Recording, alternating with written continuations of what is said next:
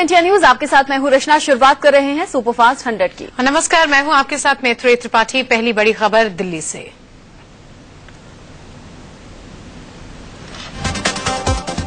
दिल्ली में model town के पास देर रात डीटीसी बस ने स्कूटर सवार को टक्कर मार दी। तेज टक्कर के बाद स्कूटर सवार की मौके पर ही मौत हो गई। हादसे के बाद लोगों ने बस के ड्राइवर को पकड़कर पुलिस के हवाले कर दिया। हादसे की खबर मिलते ही परिजन मौके पर पहुंच गए। परिजनों के मुताबिक मरने वाला शख्स अपनी बहन की अस्थियां विसर्जित करके लौट रहा था। उसी वक्त ये हादसा हुआ। उधर पुलिस ने बस ड्राइवर से पूछताछ कर जांच शुरू कर दी है। दिल्ली के बाड़ा हिंदूराव इलाके में राजस्थान रोडवेज की बस ने बाइक सवार 3 लोगों को टक्कर मार दी। देर रात हुए इस हादसे में बाइक पर सवार 3 लोग घायल हो गए। हादसे के फौरन बाद बस का ड्राइवर और कंडक्टर दोनों फरार हो गए। चश्मदीदों के मुताबिक बस काफी तेज रफ्तार से आ रही थी। जोरदार टक्कर के बाद तीनों बाइक सवार रोड पर गिर पड़े। तीनों को अस्पताल में भर्ती करवाया गया। पुलिस ने मामला दर्ज कर ड्राइवर और कंडक्टर की तलाश शुरू कर दी है। दिल्ली के न्यू फ्रेंड्स कॉलोनी में देर रात बदमाशों ने बाइक से जा रहे पिता पुत्र पर गोली चला दी। फायरिंग में पिता को 2 गोलियां लगी, जबकि बेटा बाल बाल बच गया। गंभीर रूप से जख्मी फारूक नाम के शख्स को अस्पताल में भर्ती करवाया गया। रात करीब 9 बजे फारूक नाम का शख्स अपने बेटे के साथ होली फैमिली अस्पताल के पास से गुजर रहा था। उसी वक्त बदमाशों ने फारूक पर फायरिंग कर दी। वारदात को अंजाम देकर बदमाश आराम से फरार हो गए। पुलिस तफ्तीश में जुट गई है। दिल्ली के खयाला में एक नाबालिग लड़की पर एसिड अटैक का सनसनीखेज मामला सामने आया। आरोप है कि दोस्ती से मना करने पर पड़ोस में रहने वाले लड़कों ने पीड़ित पर तेजाब फेंक दिया। तेजाब लड़की की पीठ पर गिरा। पीड़ित का आरोप है कि इन्हीं लड़कों की वजह से उसने अपना जॉब छोड़कर कहीं आना जाना बंद कर दिया था। बावजूद इसके लड़कों ने उसका पीछा नहीं छोड़ा और खौफनाक मंशा को अंजाम देने की कोशिश की। पीड़ित ने एफआईआर दर्ज करवा दी, लेकिन पुलिस पर लापरवाही का आरोप लगा रही है। दिल्ली के हौज खास मेट्रो स्टेशन के सप्लाई प्लांट में देर रात आग लग गई। आग लगने की खबर मिलते ही फायर ब्रिगेड की 3 गाड़ियां मौके पर पहुंच गई। फायर ब्रिगेड ने जल्दी आग पर काबू पा लिया और किसी बड़े हादसे को टाल दिया गया। यूपी के बुलंदशहर में एक बस के अंदर हुए धमाके के बाद आग लग गई। आग में 70 से ज्यादा लोग झुलस गए। शिकारपुर के पास बस में धमाका होते ही अफरा तफरी मच गई। आसपास के लोगों ने पानी डालकर बस की आग बुझाई। हादसे की खबर मिलते ही पुलिस मौके पर पहुंच गई। हादसे के बाद मौके पर पहुंची पुलिस ने घायलों को अस्पताल भिजवाया। घायलों में 30 की हालत बेहद गंभीर थी, जिसके बाद उन्हें मेरठ और दिल्ली रेफर किया गया। बताया जा रहा है कि बस में गैस सिलेंडर रखा हुआ था, जिसकी वजह से धमाका हुआ। जिस बस में धमाका हुआ वो अवैध तरीके से चलाई जा रही थी। लोगों के मुताबिक ये बस खुर्जा से जहांगीराबाद तक जा रही थी और डग्गामार बस होने के बावजूद पुलिस प्रशासन इस पर रोक नहीं लगा रही थी। कानपुर के नवाबगंज इलाके में एक दुकान के गोदाम में अचानक आग की लपटों से घिर गई। गोदाम से उठती आग की लपटों को देखकर अंदाजा लगा सकते हैं कि आग कितनी भयावह होगी। पल भर में आग ने गोदाम को पूरी तरह से अपनी चपेट में ले लिया। आग की खबर मिलते ही दमकल की गाड़ियां मौके पर पहुंच गई। काफी मुश्किल के बाद आग पर काबू पाया जा सका। ये गोदाम किराना व्यापारी के घर में ही बना था। आग से लाखों के नुकसान की बात कही जा रही है। बताया जा रहा है कि आग शॉर्ट सर्किट की वजह से लगी थी। लखनऊ के विकासनगर इलाके के एक मकान में भीषण आग लग गई। देखते ही देखते घर को आग ने पूरी तरह से अपनी चपेट में ले लिया। लोगों की मदद से फायर ब्रिगेड ने आग पर काबू पाया, लेकिन तब तक घर का सारा सामान जलकर राख हो गया था। यूपी के आजमगढ़ में एक दलित लड़की से गैंगरेप के बाद बवाल मच गया। शोर सुनकर मौके पर पहुंचे ग्रामीणों ने आरोपियों की बाइक तोड़ डाली। मुंबई में आज सुबह 11 बजे महाराष्ट्र बीजेपी कोर ग्रुप की बैठक होगी। बैठक के बाद 4 बजे बीजेपी प्रेस कॉन्फ्रेंस करेगी। बीजेपी कोर ग्रुप की बैठक में प्रदेश के प्रभारी राजीव प्रताप रूडी भी शामिल होंगे।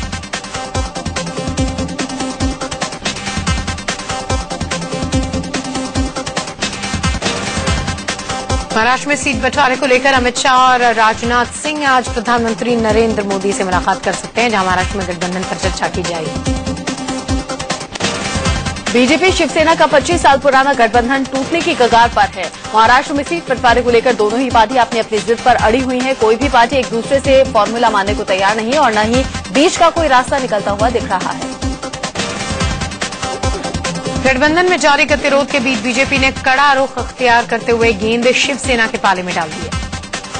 प्रस्ताव लेने का कोई सवाल नहीं। प्रस्ताव तो बार बार दे चुके हैं और वही प्रस्ताव के बारे में विचार हो रहा है। अगर उसमें विचार होता है तो आगे कदम चलता है, नहीं होता है तो जैसी स्थिति वैसे रुकती है। महाराष्ट्र बीजेपी के वरिष्ठ नेता एकनाथ खड़से ने कहा कि उन 59 सीटों पर फेरबदल जरूरी है, जहां शिवसेना 25 सालों से हारती रही है। 59 जगह ऐसी है जो 60 जगह के करीब करीब ऐसी जगह है जो शिवसेना ने कभी जीती ही नहीं, और 19 जगह ऐसी है जो बीजेपी ने कभी जीती ही नहीं, जो हम लोग 25 साल में जीती ही नहीं। ये जगह के लिए फेरबदल अगर हो जाए। महाराष्ट्र बीजेपी के प्रभारी राजीव प्रताप रूडी ने भी कहा कि अब शिवसेना के नए प्रस्ताव का इंतजार किया जा रहा है। हम प्रयास में हैं और आज भी हमें विश्वास है कि शिवसेना की तरफ से जो प्रस्ताव आएगा या बातचीत जो होगी, निश्चित रूप से हम युति को बचाने में सफल हो जाएंगे। दरअसल शिवसेना ने बीजेपी के सामने फाइनल फॉर्मूला रखा था, जिसके मुताबिक बीजेपी को 119 सीटें ऑफर की गई थी। साथ ही शिवसेना ने खुद 151 सीटें रखने की बात कही थी। वहीं बाकी दलों के लिए 18 सीटों का ऑफर है। कांग्रेस और एनसीपी में जारी गतिरोध के टूटने की संभावना दिख रही है। सीटों पर बंटवारे गए विवाद को सुलझाने के लिए आज एनसीपी और कांग्रेस नेताओं के बीच बैठक होगी। इससे पहले देर रात करीब 12:30 बजे महाराष्ट्र के सीएम पृथ्वीराज चौहान के आवास पर कांग्रेस की अहम बैठक बुलाई गई। बैठक में सीटों के बंटवारे को लेकर चर्चा हुई। सीटों को लेकर आखिरी फैसला सोनिया गांधी पर छोड़ दिया गया। उधर मुंबई में पार्टी सुप्रीमो शरद पवार की अगुवाई में एनसीपी कोर कमेटी की बैठक में कांग्रेस से गठबंधन को लेकर मंथन हुआ। एनसीपी नेताओं ने साफ कहा कि इस बार 114 सीटों पर बात नहीं होगी, ज्यादा सीटें चाहिए। दरअसल एनसीपी 50-50 के फॉर्मूले पर कांग्रेस से 144 सीटें मांग रही है। हालांकि सूत्रों से ये भी खबर है कि एनसीपी 134 सीटों पर मानने को तैयार है, लेकिन कांग्रेस एनसीपी को 125 सीटों से ज्यादा के पक्ष में नहीं है। इससे पहले कांग्रेस चुनाव समिति की दिल्ली में हुई बैठक में महाराष्ट्र चुनाव को लेकर चर्चा हुई। मधुसूदन मिस्त्री ने कहा कि महाराष्ट्र की सभी सीटों की समीक्षा की गई। हालांकि कांग्रेस ने अभी कोई लिस्ट जारी नहीं की है। पूर्व केंद्रीय मंत्री विनोद शर्मा की अगुवाई वाली जन चेतना पार्टी हरियाणा की 90 में से 25 सीटों पर चुनाव लड़ेगी। सीटों पर हुए तालमेल के मुताबिक हरियाणा जनहित कांग्रेस 65 और जन चेतना पार्टी 25 सीटों पर लड़ेगी। हमने 65 सीटें हजका लड़ेंगी और 25 सीटें हरियाणा जन चेतना पार्टी लड़ेगी, और ये दोनों पार्टियों के लिए आज बहुत मुबारक दिन है। पिछले दिनों ही हरियाणा जनहित कांग्रेस के अध्यक्ष कुलदीप बिश्नोई ने बीजेपी से नाता तोड़कर जन चेतना पार्टी के साथ हाथ मिलाया था। दोनों ही पार्टियों में सीटों का तालमेल हो जाने के बाद अब प्रचार अभियान तेज करने की तैयारी हो रही है। हरियाणा के अंबाला में health care and welfare society की चेयरपर्सन शक्ति रानी शर्मा ने जनचेतना पार्टी के लिए प्रचार किया। उन्होंने अपने समर्थकों के साथ घर घर जाकर लोगों से जनचेतना पार्टी को वोट देने की अपील की। अरुणाचल प्रदेश को विवादित क्षेत्र बताने वाले गुजरात सरकार के नक्शे पर कांग्रेस ने आपत्ति जताई है। कांग्रेस ने पीएम मोदी से माफी की मांग की है और सरकार पर गंभीर लापरवाही का आरोप लगाया है। दरअसल गुजरात सरकार ने अरुणाचल प्रदेश और अक्साई चीन को विवादित क्षेत्र बताने वाला भारत का नक्शा बांटा था। ये नक्शा उस वक्त जारी किया गया था जब चीन और गुजरात सरकार के बीच में MOU साइन किए गए थे। कांग्रेस ने आरोप लगाया कि चीनी राष्ट्रपति से मुलाकात के दौरान जानबूझकर किरण रिजिजू को दूर रखा गया। वहीं गृह राज्य मंत्री किरण रिजिजू ने आरोपों को खारिज कर दिया। इलाहाबाद में बीजेपी नेता वरुण गांधी के समर्थकों ने बीजेपी सांसद श्यामा चरण गुप्ता के घर के बाहर जबरदस्त प्रदर्शन किया। वरुण समर्थकों ने बीजेपी सांसद के घर के बाहर लगे उनके होर्डिंग्स और बैनर फाड़ दिए और जमकर हंगामा हुआ। वरुण गांधी के समर्थकों ने न सिर्फ बीजेपी सांसद श्यामा चरण गुप्ता के घर के बाहर लगे होर्डिंग्स फाड़ दिए, बल्कि उनके घर के भीतर पत्थर भी फेंके। इलाहाबाद से बीजेपी सांसद श्यामा चरण गुप्ता ने वरुण गांधी को यूपी का सीएम प्रोजेक्ट करने की उनकी मां मेनका गांधी की मांग का विरोध किया था।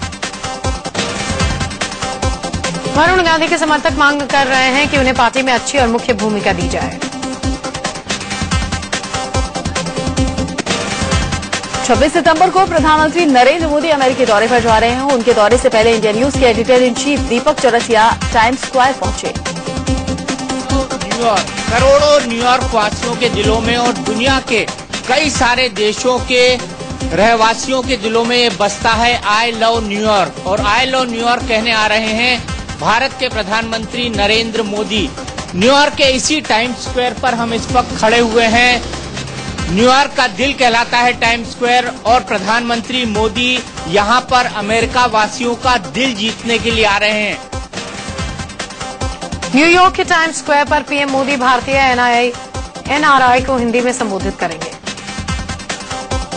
इसी खूबसूरत शहर न्यूयॉर्क के मेडिसन स्क्वायर गार्डन में वो 20,000 भारतवासियों को संबोधित करेंगे जो यहाँ पर एनआरआई बनकर रह रहे हैं और यहाँ पर टिकटों की ओवर बुकिंग हो चुकी है। साथ ही साथ वो दुनिया के टॉप 10 कंपनियों के सीईओ से मिलेंगे और साथ ही साथ भारत के जो बड़े एनआरआईज हैं उनके साथ एक राउंड टेबल कॉन्फ्रेंस करेंगे, उनके साथ डिनर करेंगे और कई सारे देशों के राष्ट्राध्यक्षों से मिलेंगे। संयुक्त राष्ट्र महासभा की बैठक में भी प्रधानमंत्री नरेंद्र मोदी हिंदी में भाषण देंगे। पूरे देश की नजरें उनकी और अमेरिकी राष्ट्रपति बराक ओबामा की मुलाकात पर टिकी हुई है। भारत के प्रधानमंत्री नरेंद्र मोदी इसी शहर में आने वाले हैं।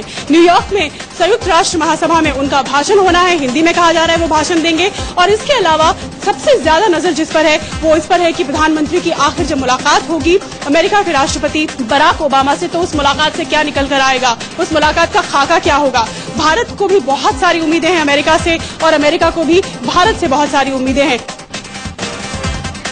पाकिस्तानी पत्रकार हामिद मीर के हवाले से खबर है कि न्यूयॉर्क में प्रधानमंत्री मोदी और नवाज शरीफ के बीच कोई बातचीत नहीं होगी। प्रधानमंत्री नरेंद्र मोदी अमेरिकी यात्रा के दौरान उपवास पर रहेंगे। 25 सितंबर से नवरात्र शुरू हो रहे हैं। नवरात्र के दौरान मोदी सिर्फ पानी पीते हैं और फलाहार पर रहते हैं। पीएम मोदी के लिए अमेरिका में राष्ट्रपति बराक ओबामा ने भोज भी रखा है, लेकिन उपवास होने के चलते वो कुछ नहीं खाएंगे। पीएम मोदी की अमेरिकी यात्रा के दौरान विदेश मंत्री सुषमा स्वराज भी उनके साथ होंगी। सुषमा 23 सितंबर से 2 अक्टूबर तक अमेरिका में होंगी। पीएम मोदी 2 दिन के दौरे पर आज बेंगलुरु जाएंगे। पीएम बनने के बाद मोदी का यह पहला कर्नाटक दौरा होगा। पीएम दोपहर को विशेष विमान से HAL हवाई अड्डे पहुंचेंगे। मोदी के लिए एयरपोर्ट के नजदीक मंच तैयार किया गया है।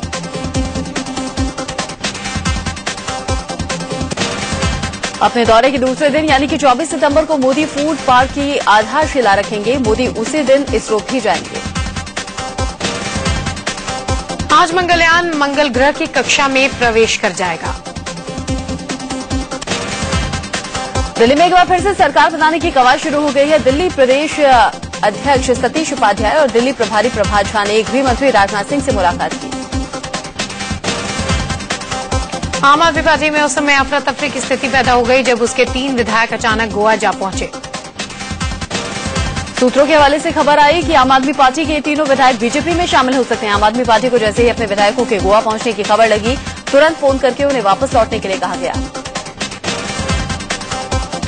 उधर आम आदमी पार्टी के वरिष्ठ नेता मनीष सिसोदिया ने अपने विधायकों के बीजेपी में शामिल होने की खबरों को खारिज कर दिया। भारत तुगलक रोड को स्मारक घोषित करने की मांग जोर पकड़ रही है। इस मांग को लेकर आज भारत तुगलक रोड पर चौधरी चरण सिंह विचार मंच और भारतीय किसान यूनियन के सदस्यों की बैठक होगी।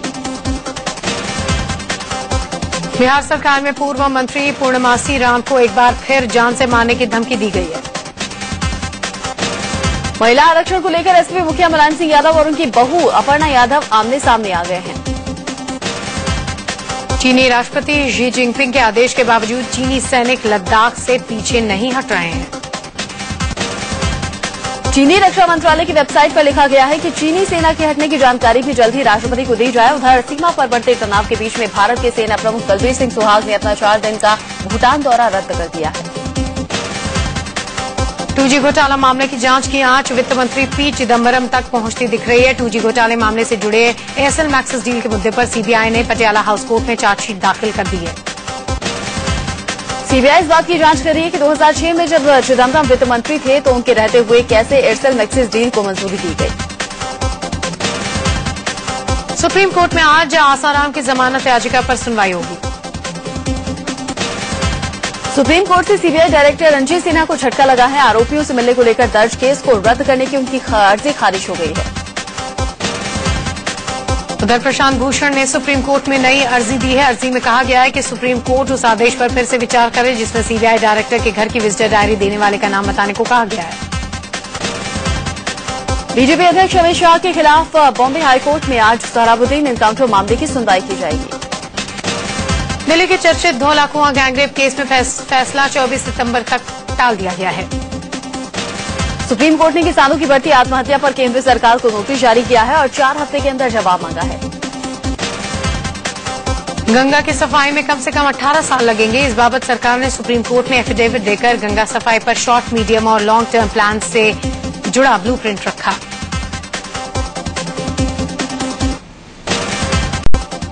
ब्रेक के बाद बात चंडीगढ़ की। चंडीगढ़ से सीबीआई अधिकारियों की हैरान कर देने वाली तस्वीरें सामने आई। यहां सीबीआई के एंटी करप्शन ब्रांच के अधिकारी एक एसएचओ की पिटाई करते हुए सीसीटीवी में कैद हो गए।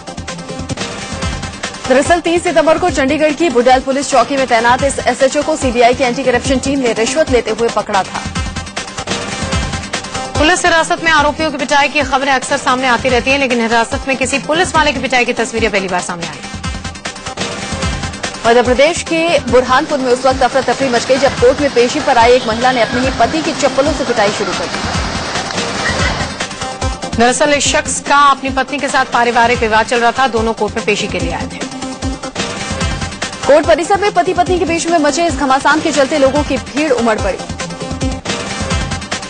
सड़क परिवहन मंत्री नितिन गडकरी ने जम्मू कश्मीर में तबाही में बर्बाद हुई प्रदेश की सड़कों के लिए 225 करोड़ रुपए की राशि दी है। असम के कई इलाकों में हो रही भारी बारिश लोगों के लिए मुसीबत बन गई है। गुवाहाटी में बारिश के कारण भारालू नदी का जलस्तर बढ़ता जा रहा है। मशहूर बिजनेसमैन और फिल्म अभिनेत्री शिल्पा शेट्टी के पति राज कुंद्रा को रंगदारी के लिए धमकी मिली है। उन्होंने बताया कि गैंगस्टर रवि पुजारी ने फोन कर उनसे 1 करोड़ रुपए की रंगदारी मांगी है। दिल्ली के जामिया नगर इलाके में एमसीडी ने अवैध रूप से बनाई जा रही 4 मंजिला इमारत में तोड़फोड़ की। दिल्ली के मंडावली में एक रिक्शे वाले ने महज 100 रुपए के लिए 12वीं क्लास के एक छात्र की डंडे से पीट कर हत्या कर दी। दिल्ली के प्रीत विहार इलाके में आपसी रंजिश में एक युवक ने अपने दोस्त को गोली मार दी। मुंबई से सटे ठाणे के कल्याण इलाके में दिन दहाड़े घर में घुसकर बदमाशों ने एक महिला की सिलेंडर मार कर हत्या कर दी। मुंबई के ओसीवारा इलाके में बिल्डिंग की 16वीं मंजिल से कूदकर एक महिला ने खुदकुशी कर ली। अमृतसर पुलिस ने महल बाईपास चौक से 7 किलो हेरोइन के साथ 6 तस्करों को गिरफ्तार किया है। बिहार के Darbhanga medical college and hospital में मरीजों को दिए जाने वाले खाने में छिपकली मिलने से हड़कंप मच गया। बिहार की नालंदा पुलिस ने 5 साल में पैसे दोगुना करने का फर्जीवाड़ा करने वाले एक शख्स को गिरफ्तार किया है। बिहार के बेगूसराय में जेल से बारात निकली। मंदिर में हुई शादी का दूल्हा रेप का आरोपी है। रेप पीड़ित लड़की से उसने शादी का फैसला किया और जेल से ही बारात निकाली गई। दिल्ली के लाल किला पर होने वाली रामलीला में कलाकार इस बार शुद्ध सोने के जेवर पहनेंगे। अगर आप दिल्ली में मकान बनाने का सपना देख रहे हैं तो इसके लिए अब आपको ज्यादा पैसे खर्च करने पड़ेंगे। दिल्ली में आज से सर्किल रेट 20% बढ़ गए। Real estate company lotus green ने दिल्ली एनसीआर में 4,400 करोड़ के प्रोजेक्ट लॉन्च किए हैं। लोटस ग्रीन के प्रोजेक्ट लोटस एरिना के फ्लैट्स की बुकिंग पहले ही हो चुकी है, जिसकी कीमत 4,500 रुपए प्रति स्क्वायर फीट है।